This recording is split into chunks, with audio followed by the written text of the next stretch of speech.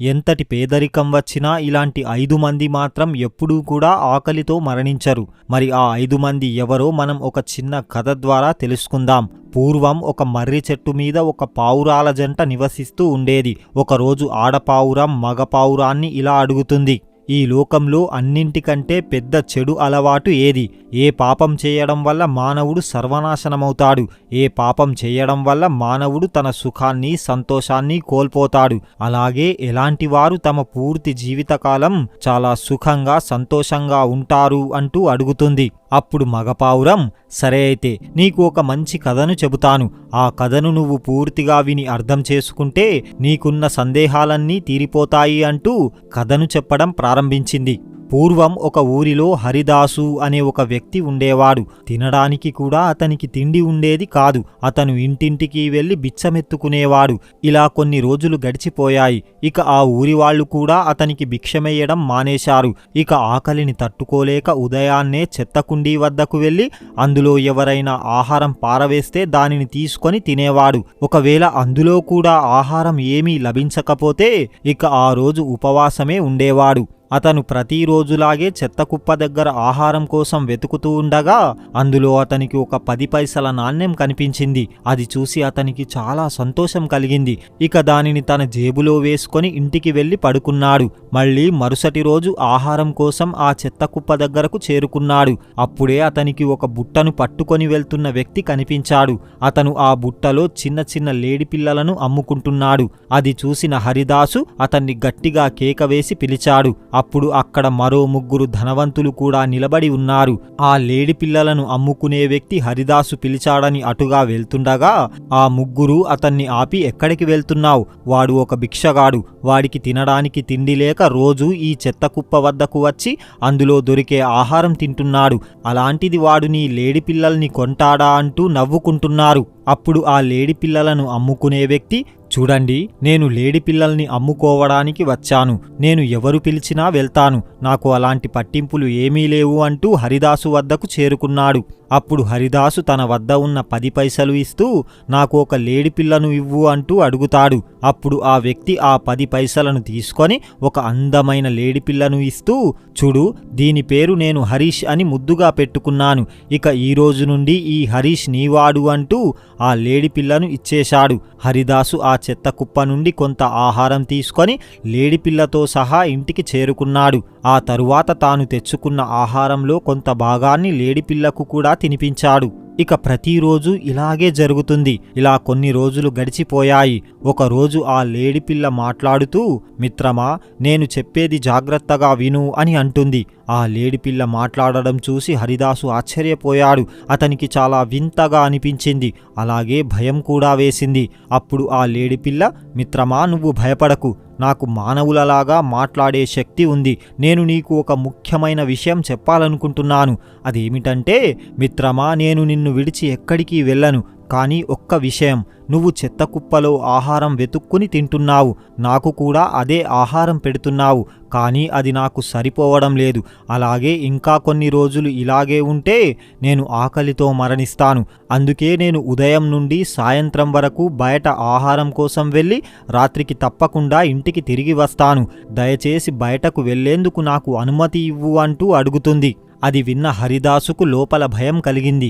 ఎందుకంటే లేడిపిల్ల బయటకు వెళ్తే పారిపోతుందేమోనని భయపడుతున్నాడు. ఆ భయంతోనే బయటకు వెళ్లేందుకు అనుమతి కూడా ఇచ్చేశాడు. ఇక ఉదయాన్నే ఆ లేడిపిల్ల వేగంగా బయటకు వెళ్ళిపోయింది.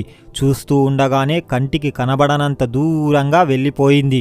అలా వెళ్ళిపోగానే అతను ఏడవడం మొదలుపెట్టాడు. అది చూసి చుట్టుపక్కల వారందరూ అక్కడకు చేరుకొని, నువ్వు ఎంత పిచ్చివాడివి, నీ అదృష్టం వల్ల నీకు 10 పైసలు దొరికాయి. వాటితో మంచి ఆహారం తినకుండా అనవసరంగా ఆ లేడిపిల్లను కొనుక్కున్నావు. పోనీ కొనుక్కున్నా దానిని ఇంట్లో పెట్టుకోకుండా దానిని స్వేచ్ఛగా వదిలేశావు. ఇప్పుడు అది నిన్ను విడిచిపెట్టి దూరంగా వెళ్ళిపోయింది. నువ్వు ఒక పెద్ద మూర్ఖుడివి అంటూ తిట్టి వెళ్ళిపోయారు.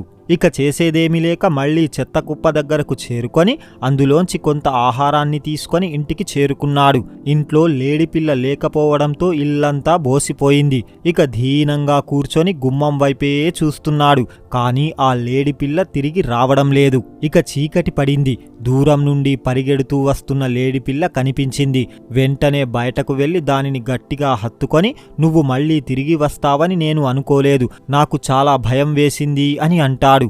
అప్పుడు ఆ లేడిపిల్ల, నేను ముందే చెప్పాను కదా, నేను ఆహారం కోసం మాత్రమే బయటకు వెళ్తాను, రాత్రికి ఖచ్చితంగా ఇంటికి వస్తాను, నువ్వేమీ భయపడకు అని అంటుంది. ఇక ప్రతిరోజు ఇలాగే జరుగుతుంది. లేడిపిల్ల ఉదయం బయటకు వెళ్తుంది, రాత్రి ఇంటికి తిరిగి వస్తుంది. అది చూసి అందరూ ఆశ్చర్యపోతున్నారు. అరే, ఇది సాధారణమైన లేడిపిల్ల కాదు, ఉదయం వెళ్ళి సాయంత్రం ఖచ్చితంగా ఇంటికి తిరిగి వస్తుంది అంటూ అందరూ దానిని ఆశ్చర్యంగా చూస్తున్నారు. ఇలా కొన్ని రోజులు గడిచిపోయాయి. ప్రతిరోజులాగే ఆ లేడిపిల్ల అడవిలో గడ్డి మేయడానికి వెళ్ళింది. అలా గడ్డి మేస్తున్న దాని ముందు ఒక వజ్రం కనిపించింది. అది ధగధగా మెరిసిపోతుంది. అది చూడగానే ఆ లేడిపిల్ల ఆశ్చర్యపోయింది. అరే, ఇది చాలా విలువైన వజ్రం, ఇలాంటిది చాలా అరుదుగా లభిస్తుంది. నేను ఈ వజ్రాన్ని తీసుకువెళ్ళి నా యజమాని హరిదాసుకు ఇస్తే ప్రజలు అతన్ని ఈ వజ్రం కోసం చంపేస్తారు, అతని ప్రాణాలకే ప్రమాదం. ఈ వజ్రం నాకు దొరికిందని చెప్పినా ఎవ్వరూ నమ్మరు, ఎక్కడో దొంగతనం చేశాడు అని అంటారు. అందుకే ఈ వజ్రాన్ని నా యజమానికి ఇవ్వను, దీనిని ఒక మహారాజుకు ఇస్తాను. అలా అయితే మహారాజు దీనిని రాజ్యంలోని ప్రజల కోసం ఉపయోగిస్తాడు అంటూ ఆ వజ్రాన్ని నోటితో పట్టుకొని అడవిలో పరిగెత్తడం మొదలుపెట్టింది. అలా చీకటి పడిపోయింది. కానీ దానికి ఏ నగరం కనిపించడం లేదు. ఇక రాత్రి అక్కడే పడుకుంది. రెండవ రోజు కూడా అలాగే జరిగింది. ఇక మూడవ రోజు ఉదయాన్నే బయలుదేరింది. సాయంత్రానికి ఒక నగరానికి చేరుకుంది. అది నేరుగా ఆ నగరంలోని రాజమందిరానికి చేరుకొని ఎవరైనా ఉన్నారా అంటూ అరుస్తుంది. అప్పుడు ద్వారపాలకులు చూసి ఏం కావాలి అంటూ అడుగుతారు. నేను మహారాజును కలవాలి అని అంటుంది. వెంటనే భటులు వెళ్ళి మహారాజుతో, మహారాజా, ఒక లేడిపిల్ల మిమ్మల్ని కలవడానికి వచ్చింది, అది ఆశ్చర్యంగా మాట్లాడుతుంది అని అంటారు. మహారాజు వెంటనే దానిని లోపలికి తీసుకురండి అని అంటాడు. భటులు వెళ్ళి లేడిపిల్లను మహారాజు ముందుకు తీసుకువచ్చారు. మహారాజును చూడగానే ఆ లేడిపిల్ల నమస్కరించి తన వద్ద ఉన్న వజ్రాన్ని రాజు చేతిలో పెట్టింది. అది చూసిన మహారాజు ఆశ్చర్యపోయాడు. వెంటనే ఆ లేడికి మర్యాదలు చేసి దానికి ఆహారం తినిపించి ఇలా అడుగుతున్నాడు, నువ్వు ఎవరు? నీకు ఇంత విలువైన వజ్రం ఎక్కడ నుండి లభించింది? నాకే ఈ వజ్రాన్ని ఎందుకు ఇస్తున్నావు అంటూ అడుగుతాడు. అప్పుడు ఆ లేడిపిల్ల, మహారాజా, ఇక్కడ నుండి తూర్పు దిశగా చాలా దూరంలో ఒక రాజ్యముంది. ఆ రాజ్యాన్ని హరిదాసు అనే ఒక మహారాజు పరిపాలిస్తున్నాడు. ఆయన చాలా గొప్పవాడు. నేను అతని వద్దనే ఉంటాను. మీకు ఒక కూతురు ఉన్నదని ఆయనకు తెలిసింది. ఆయన మీ కుమార్తెను వివాహం చేసుకోవాలనుకుంటున్నాడు. ఆ వివాహ సందేశాన్ని నాతో మీకు పంపించాడు. అందుకే నాతో ఈ చిన్న కానుకను పంపి ఆయన సందేశం చెప్పి రమ్మని చెప్పాడు. మహారాజు ఆ మాటలు విని చాలా ఆశ్చర్యపోయాడు. ఇంత గొప్ప వజ్రాన్ని ఇచ్చి చాలా చిన్న కానుక అంటున్నాడు అంటే అతను చాలా ధనవంతుడైన రాజు అయి ఉంటాడు. అలాగే అతని వద్ద ఈ మాట్లాడే లేడీ కూడా ఉందంటే అతను ఖచ్చితంగా చాలా గొప్పవాడు. అలాంటి సంబంధం అస్సలు వదులుకోకూడదు అని అనుకున్నాడు.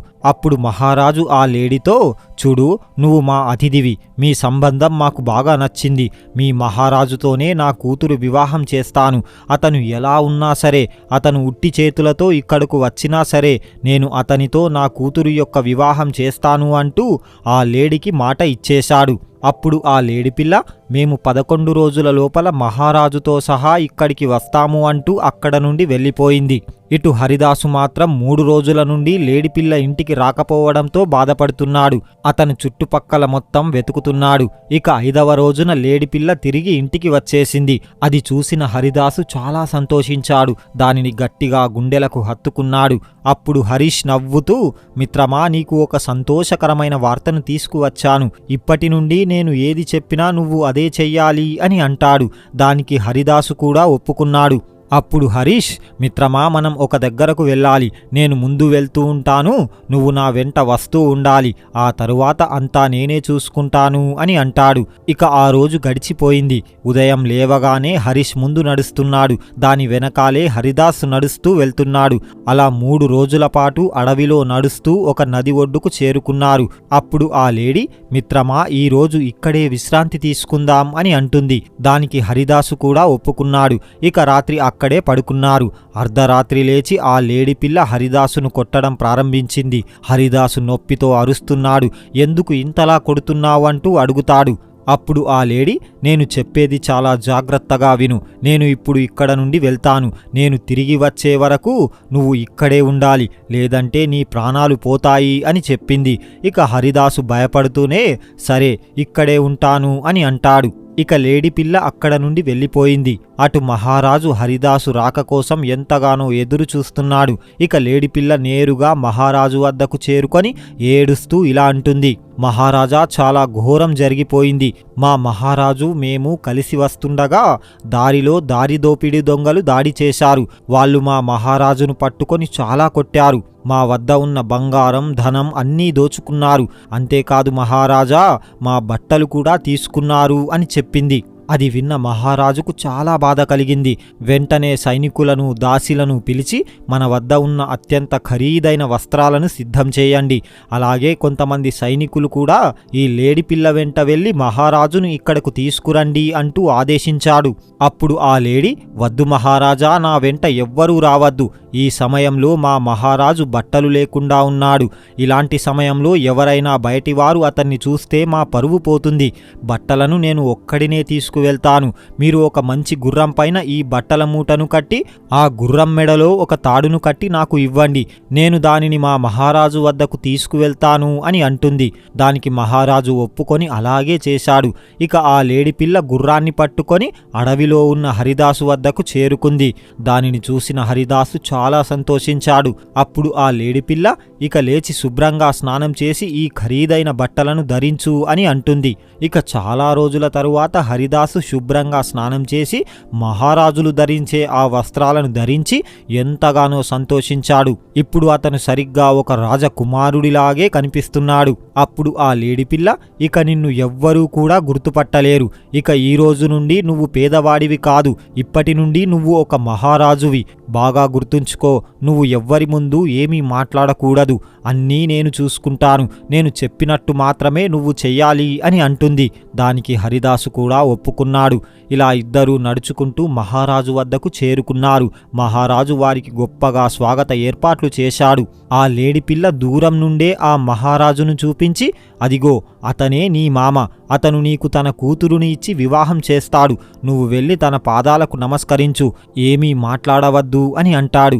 ఇక హరిదాసు నేరుగా వెళ్ళి మహారాజు పాదాలకు నమస్కరించాడు. దానికి మహారాజు ఎంతగానో సంతోషించి అతన్ని గుండెలకు హత్తుకున్నాడు. ఇక ఆ రోజు రాత్రి గడిచిపోయింది. ఇక ఉదయాన్నే లేడి పిల్ల మహారాజు వద్దకు చేరుకొని ఇచ్చిన మాట ప్రకారం ఇద్దరికీ వివాహం చేయమని అడిగింది. ఇక మహారాజు ఎంతో గొప్పగా వారికి వివాహం జరిపించాడు.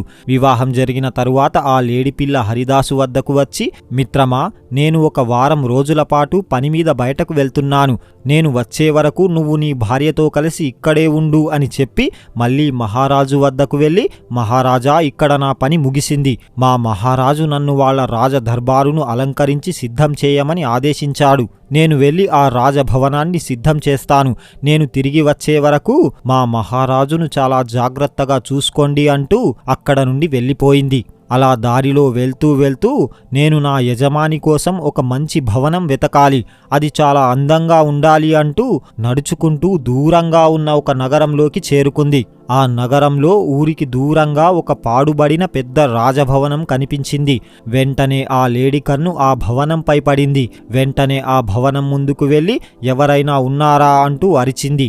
ఆ భవనంలో నుండి ఒక వృద్ధురాలు బయటకు వచ్చి, నువ్వు ఎవరు, ఇక్కడకు ఎందుకు వచ్చావు, ఇక్కడ ఉంటే నీ ప్రాణాలకే ప్రమాదం, ఇక్కడ నుండి తొందరగా వెళ్ళిపో అని అంటుంది. అప్పుడు ఆ లేడీ, అమ్మా, ఎందుకు అలా మాట్లాడుతున్నావు, ఏం జరిగింది, నాకు ఈ రాజభవనం కావాలి, మీ యజమానిని పిలువు, నేను ఆయనతో మాట్లాడాలి అని అంటుంది. అప్పుడు ఆ వృద్ధురాలు, ఇది చాలా ప్రమాదకరమైన భవనం. దీని యజమాని ఒక భయంకరమైన 5 తలలు ఉన్న పాము. ఆ పాము ఇక్కడ ఉన్నవారందరినీ చంపేసింది. అలాగే కొంతమందిని బందీలుగా చేసి లోపల దాచి ఉంచింది. అలా ఆ పాము ఈ భవనాన్ని పూర్తిగా ఆక్రమించుకుంది. నేను ఈ భవనంలోనే శుభ్రం చేస్తూ ఉంటాను. అందుకే నన్ను ఆ పాము చంపలేదు. నిన్ను ఇక్కడ చూస్తే ఖచ్చితంగా చంపేస్తుంది. ఇక్కడ నుండి వెళ్ళిపో. ఈ భవనంలో చాలా విలువైన ధనముంది. ఆ పాము దానిని కాపాడుతూ ఉంటుంది అని చెప్పింది. అప్పుడు ఆ లేడీ, అమ్మా నువ్వేమీ భయపడకు, నేను ఆ భయంకరమైన పామును చంపేస్తాను. నాపై దాని విషం ఏమీ పనిచేయదు. నువ్వు నేను చెప్పినట్టుగా చేస్తే నేను నిన్ను మా అమ్మలాగా చాలా జాగ్రత్తగా చూసుకుంటాను అని అంటుంది. దానికి ఆ వృద్ధురాలు కూడా ఒప్పుకుంది.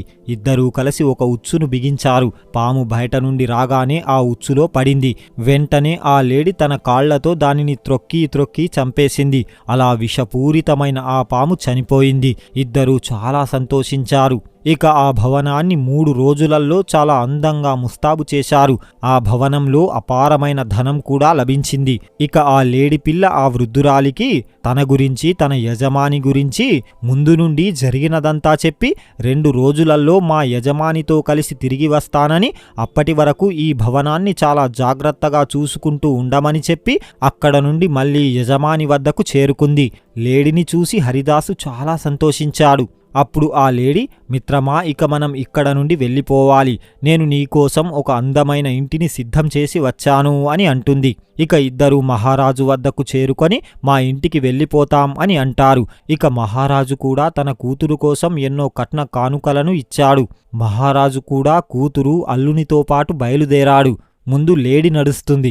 దాని వెంట రాజభటులు, వారి వెంట హరిదాసు, అతని భార్య, మహారాజు నడుస్తున్నారు. అలా 2 రోజులకు ఇంటికి చేరుకున్నారు. అందమైన భవనాన్ని చూసి మహారాజు కూడా చాలా సంతోషించాడు. ఇక అక్కడ అందరూ చాలా సంతోషంగా 3 రోజులు గడిపారు. ఆ తరువాత మహారాజు అక్కడ నుండి తన భటులను తీసుకొని వెళ్ళిపోయాడు. ఒకరోజు ఆ లేడి పిల్ల వృద్ధురాలి వద్దకు వచ్చి, అమ్మా, ఈ మానవుల స్వభావం చూశావా? నేను అతని కోసం ఎంతగానో కష్టపడ్డాను. అతని ప్రాణాలను కాపాడాను. అతనికి వివాహం చేశాను. ఇంత అందమైన భవనాన్ని ఇచ్చాను. ధనం కూడా ఇచ్చాను. కానీ అతను ఒక్కరోజు కూడా ఇవన్నీ ఎలా వచ్చాయి అని అడగడం లేదు.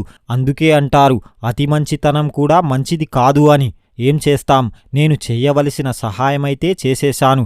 ఇక నేను కూడా చూస్తాను నా కోసం నా యజమాని ఏం చేస్తాడో అని అంటుంది. ఇలా మెల్లిగా కొంతకాలం గడిచిపోయింది. ఇక హరిదాసు భోగ విలాసాలలో యువరాణి ప్రేమలో మునిగి తేలుతున్నాడు. లేడిని అస్సలు పట్టించుకోవడం లేదు. దానికి రాజభవనం బయట ఒక చిన్న గదిని ఏర్పాటు చేశాడు. అది అందులోనే ఉండేది. దానికి ఆ వృద్ధురాలే అన్ని సేవలు చేసేది. ఇలా ఒక రోజున ఆ లేడీకి కొద్దిగా ఆరోగ్యం క్షీణించింది. అప్పుడు ఆ లేడీ వృద్ధురాలిని పిలిచి, అమ్మా, నా ఆరోగ్యం బాగోలేదని నా యజమానికి చెప్పు అని అంటుంది. ఇక ఆ వృద్ధురాలు మహారాజు వద్దకు వెళ్ళి, మహారాజా, ఆ లేడీ ఆరోగ్యం బాగాలేదు, నొప్పితో బాధపడుతుంది, నువ్వు ఒక్కసారి వచ్చి చూడు అని అంటుంది. అప్పుడు హరిదాసు, అంత మాత్రం దానికి నేను రావడమెందుకు? దానికి ఎర్రజొన్నలు తినిపించు, అప్పుడు దాని ఆరోగ్యం మెరుగుపడుతుంది పో అని అంటాడు. అప్పుడు అక్కడే ఉన్న మహారాణి, మీరేమంటున్నారు? మన హరీష్కు మీరు జొన్నలు తినిపిస్తారా? అది సాధారణ లేడిపిల్ల కాదు, మన కుటుంబంలో ఒక్కటి. పైగా ఇప్పుడు దానికి ఆరోగ్యం కూడా బాగాలేదు. మీకు బాధగా లేదా అని అంటుంది. అప్పుడు హరిదాసు, నువ్వు మరీ ఎక్కువగా ఆలోచిస్తున్నావు, దానికి ఏం కాదు, నువ్వు భయపడకు అంటూ ఆ వృద్ధురాలిని అక్కడ నుండి పంపించేశాడు. ఇక వృద్ధురాలు ఏడుస్తూ హరీష్ దగ్గరకు చేరుకొని జరిగినదంతా చెప్పింది. అది విన్న హరీష్ ముందుగా నమ్మలేదు. అమ్మా, నిజంగా అతను ఇలాగే అన్నాడా? సరే, ఏం చేస్తాం అని ఊరుకుంది. హరీష్ ఆరోగ్యం మరికొంత క్షీణించింది. అప్పుడు హరీష్ వృద్ధురాలిని పిలిచి, అమ్మా, నువ్వు మళ్లీ వెళ్ళి హరీష్ జొన్నలు తినడం లేదు, దాని ఆరోగ్యం మరింతగా క్షీణించింది అని చెప్పు అంటూ వృద్ధురాలిని హరిదాసు వద్దకు పంపించింది. ఇక వృద్ధురాలు హరిదాసు వద్దకు చేరుకుంది. ఆ సమయంలో హరిదాసు అతని భార్యతో ప్రేమగా మాట్లాడుకుంటున్నాడు. వృద్ధురాలిని చూసిన హరిదాసు, ఏమైంది, మళ్ళీ ఎందుకు వచ్చావు అంటూ అడుగుతాడు. అప్పుడు ఆ వృద్ధురాలు, మహారాజా, హరీష్ ఆరోగ్యం మరింతగా క్షీణించింది. అది నిన్నటి నుండి జొన్నలు కూడా తినడం లేదు. మీరు ఒక్కసారి వచ్చి చూడండి అని అంటుంది. ఇక మహారాజుకు విపరీతమైన కోపం వచ్చింది. అది ఒక జంతువు. దాని ఆయుష్ చాలా చిన్నది. అది ఏం చెప్పినా నువ్వు పట్టించుకోవద్దు. దానికి ఆహారం పెట్టు. తింటే తింటుంది, లేదంటే లేదు. ఏం చేస్తాం? దాని విధివ్రాత ఎలా ఉంటే అలాగే జరుగుతుంది అంటూ కటువుగా మాట్లాడాడు. పక్కనే ఉండి వింటున్న మహారాణికి చాలా బాధ కలిగింది. ఆమె మహారాజుతో, మీరేం మాట్లాడుతున్నారు? మీకు ఏమాత్రం బాధ కలగడం లేదా? నాకైతే చాలా బాధ కలుగుతుంది. మీరు ఇంత కఠినంగా ఎందుకు ప్రవర్తిస్తున్నారు అంటూ అడుగుతుంది. అప్పుడు హరిదాసు కోపంతో, నువ్వు నాకే ఎదురు చెబుతున్నావా? మహారాజును నేనా, ఆ లేడి పిల్లనా? దానికోసం మీరు నన్నెందుకు ఇబ్బంది పెడుతున్నారు? ఎలా జరిగేది ఉంటే అలాగే జరుగుతుంది. నేను దానిని కేవలం 10 పైసలకు కొనుక్కున్నాను. ఎలా జరిగేది ఉంటే అలాగే జరుగుతుంది అంటూ కోపంతో అక్కడ నుండి వెళ్ళిపోయాడు. ఇక వృద్ధురాలు కూడా ఏడుస్తూ అక్కడ నుండి వెళ్ళిపోయింది. ఇక ఆ రోజు కూడా గడిచిపోయింది. ఇక ఉదయం లేవగానే వృద్ధురాలు హరీష్ వద్దకు వెళ్లి చూడగా దాని నోట్లో నుండి రక్తం వస్తూ కనిపించింది. అప్పుడు ఆ వృద్ధురాలు భోరున ఏడుస్తూ, అయ్యో నాయనా, నువ్వు నీ యజమాని కోసం పడిన కష్టమంతా వృధా అయిపోయింది. అతనికి నీపై కొంచెం కూడా దయ కలగడం లేదు అంటూ ఏడుస్తుంది. అప్పుడు హరీష్, అమ్మా, ఇక నేను ఖచ్చితంగా చనిపోతాను. నాకు సరిగ్గా శ్వాస కూడా ఆడడం లేదు. నా యజమాని ఇలా చేస్తాడని నేను ఊహించుకోలేదు. మానవుల కన్నా జంతువులే చాలా నయం. మానవులు చాలా స్వార్థపరులు. ధనం ఉన్నప్పుడు ఒకలాగా ఉంటారు, ధనం లేనప్పుడు మరొకలాగా ఉంటారు. అమ్మా, నా కోసం చివరగా ఒక్కసారి వెళ్ళి, హరీష్ ఆరోగ్యం పూర్తిగా క్షీణించింది, రక్తం కూడా వస్తుంది, ఒక్కసారి నిన్ను చూడాలనుకుంటుంది అని చెప్పు అని అంటుంది. ఆ వృద్ధురాలు వెంటనే మహారాజు వద్దకు వెళ్ళి జరిగినదంతా చెప్పింది. అప్పుడు మహారాజు, నీకు నేను ఎన్నిసార్లు చెప్పాను, నువ్వు నన్ను ఇబ్బంది పెట్టవద్దు, అది చస్తే చావని, నువ్వు నన్నెందుకు ఇబ్బంది పెడుతున్నావంటూ కోపంతో అరుస్తున్నాడు. మహారాజు మాటలు విన్న మహారాణికి కూడా చాలా కోపం వచ్చింది. నువ్వేం మాట్లాడుతున్నావు? నీకు కొంచెం కూడా జాలి కలగడం లేదా? అది నీకు ఎంతగానో మేలు చేసింది. అదంతా నీకు గుర్తులేదా? నువ్వు వెళ్ళకపోతే నేను వెళ్తాను అంటూ మహారాణి హరీష్ వద్దకు చేరుకుంది. తన తండ్రికి పరిస్థితినంతా వివరిస్తూ ఇక్కడికి రావాలని ఒక లేఖ కూడా రాసింది.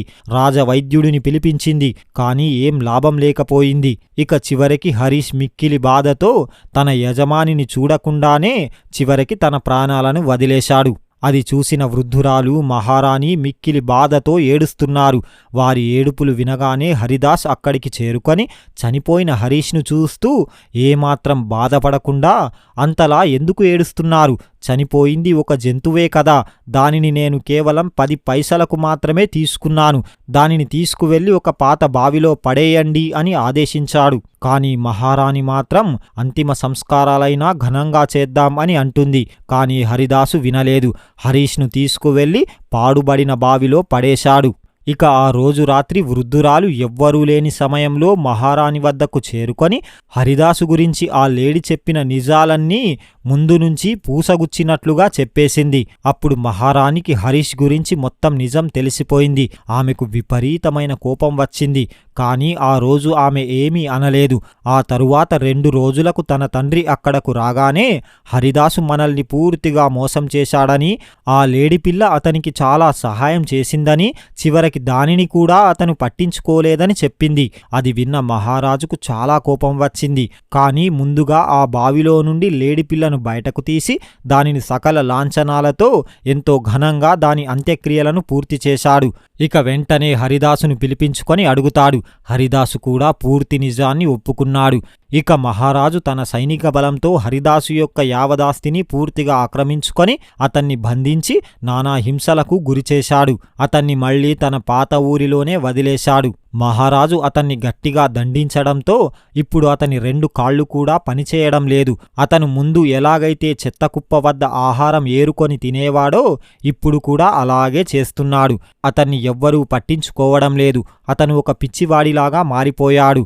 ఇక చివరికి ఎవ్వరూ పట్టించుకోకపోవడంతో ఆకలి బాధతో ఆ చెత్తకుప్ప వద్దే తన ప్రాణాలను వదిలేశాడు. ఇక మహారాణికి వేరే మహారాజుతో వివాహం జరిగి ఆమె మాత్రం చాలా సంతోషంగా ఉంటుంది. చూశారు కదా, ఎవరైతే ఒకరు చేసిన సహాయాన్ని మరిచిపోతారో, ఆ సహాయాన్ని మరిచి మిక్కిలి స్వార్థంతో ప్రవర్తిస్తారో, వాళ్ళు ఏదో ఒక రోజున ఎక్కడైతే మొదలుపెట్టారో మళ్ళీ అదే దశలోకి చేరుకుంటారు. చేసిన సహాయాన్ని ఎప్పుడూ మరవకూడదు. కథను ముగించిన పావురం, విన్నావు కదా, ఇప్పుడు నువ్వు అడిగిన వాటికి సమాధానం చెబుతాను. అన్నింటికంటే పెద్ద చెడు అలవాటు ఏది అంటే, అన్నింటికంటే చెడ్డ అలవాటు చేసిన మేలును మర్చిపోవడం. ఎవరి వద్ద నుండి అయినా సహాయం పొంది దానిని మర్చిపోవడం. అంతేకాదు, ఇలాంటి 5గురు ఎప్పుడూ ఆకలితో బాధపడరు. వారికి ఎంత పేదరికం వచ్చినా ఆకలితో మాత్రం ఏమాత్రం చావరు. అందులో మొదటివాడు కష్టపడే తత్వమున్న వ్యక్తులు, అందులో ముఖ్యంగా భూమిలో పంట పండించే రైతులు. అలాగే ఆకలి అని అడిగిన వాడికి పట్టెడు అన్నం పెట్టేవాడు ఎప్పుడూ కూడా ఆకలితో చావడు. అహంకారం వదిలినవాడు ఎప్పుడూ కూడా ఆకలి బాధతో చావడు. అలాగే ధర్మాన్ని పాటించేవాడు ఎన్ని కష్టాలు పడినా ఆకలి బాధతో మాత్రం చావడు. తన కర్తవ్యాన్ని తాను పూర్తిగా నిర్వర్తించేవాడు ఎప్పుడూ కూడా ఆకలి బాధతో చావడు. కాలాన్ని వృధా చేయకుండా ఏదో ఒక పని చేసుకుంటూ న్యాయంగా బ్రతికేవాడు ఎప్పుడూ ఆకలితో బాధపడడు. అందుకే ఎంతటి పేదరికం మనల్ని చుట్టుముట్టినా ధర్మాన్ని మాత్రం విడవకూడదు. ఆ ధర్మాన్ని పట్టుకున్న వారిని ఖచ్చితంగా భగవంతుడు ఏదో ఒక రూపంలో వచ్చి కాపాడుతాడు. చూశారు కదా, మీకు గనక ఈ వీడియో నచ్చితే జై శ్రీకృష్ణ అని ఒక చిన్న కామెంట్ చేయండి. ఇలాంటి మరిన్ని వీడియోస్ కోసం ఇప్పుడే మా ఛానల్ని సబ్స్క్రైబ్ చేసుకోండి. పక్కనే ఉన్న బెల్ ఐకాన్ని ప్రెస్ చేయండి. మా వీడియోని లైక్ చేయండి, షేర్ చేయండి. జై శ్రీకృష్ణ.